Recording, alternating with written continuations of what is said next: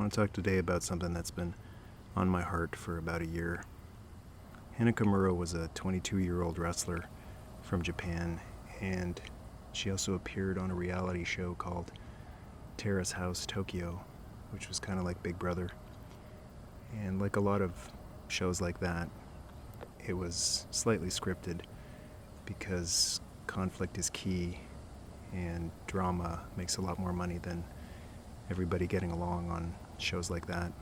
So according to Anna's mother, the producers had asked her to get into a little bit of drama with one of the other cast members who accidentally shrunk some of her expensive wrestling gear.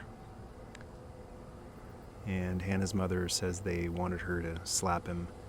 She didn't feel comfortable doing that, so she just knocked his hat off kind of half-heartedly and went up the stairs.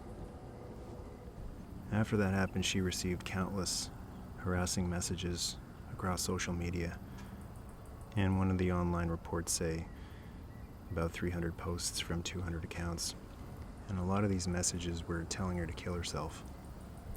A lot of these are pretty vile, and I don't want to share them, but here's two of them.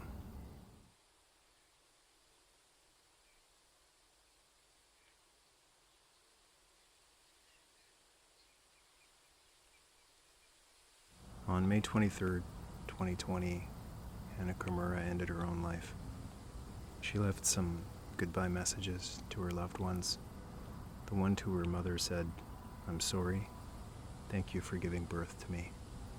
And one on her Instagram, which might have been to her cat, that said, "I love you. Please live a long and joyful life. I'm sorry." She posted self-harm images on her Twitter with the message, "I don't want to be human anymore. It was a life I wanted to be loved. Thank you, everyone. I love you. Bye." About a year later, one person was fined for some of the messages that he sent Hannah.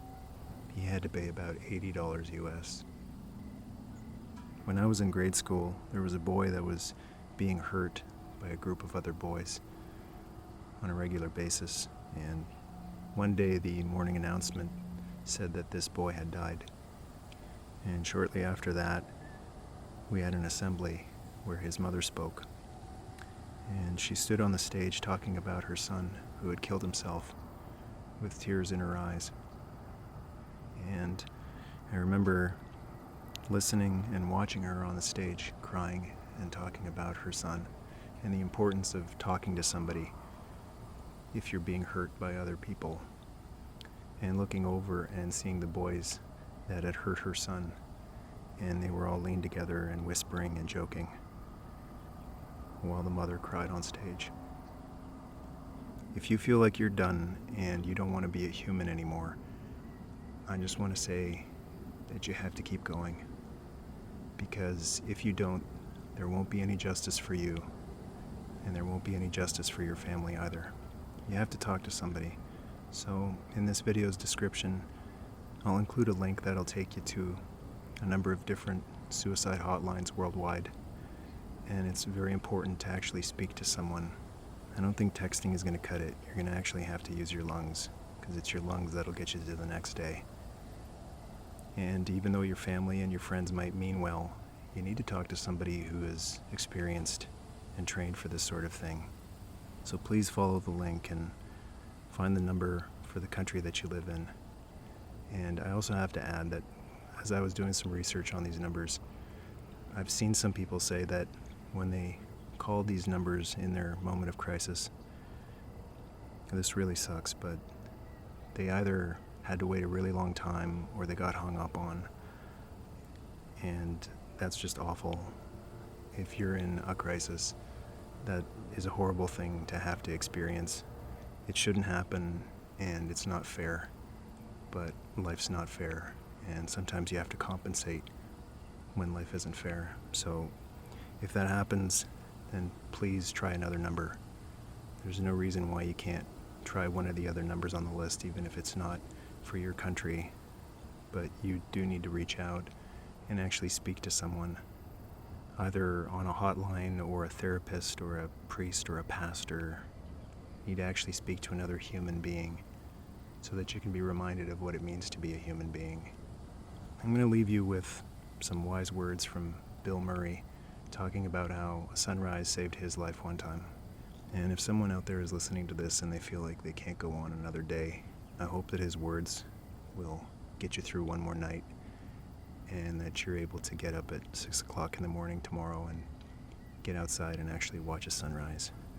Because there's a lot of people who will never be able to enjoy another sunrise. And I hope that you have a lot more sunrises in your future. I think it would be back when I started acting in Chicago. I wasn't very good, and I remember my first experience on the stage. I was so bad I just walked out on the street and started walking. And I walked for a couple of hours, and I realized I'd walked the wrong direction. Not just the wrong direction in terms of where I live, but the wrong direction in terms of a desire to stay alive. And so this may be a little bit not completely true, but it's pretty true that I walked. I then thought, well, if I'm going to die where I am, I may as well just go over towards the lake, and maybe I'll float for a while after I'm dead. So I walked over towards the lake, and as I got there, I realized I'd hit Michigan Avenue, and I thought, well, Michigan Avenue, that runs north too, and so I started walking north, and I ended up in front of the Art Institute of Chicago.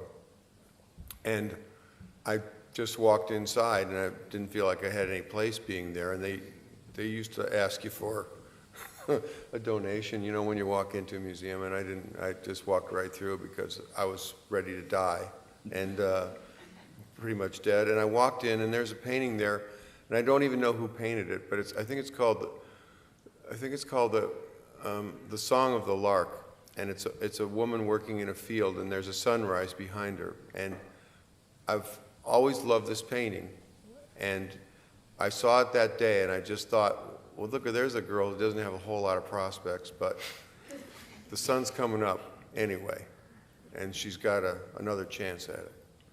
So I think that gave me some sort of feeling that I too am a person and get another chance every day the sun comes up.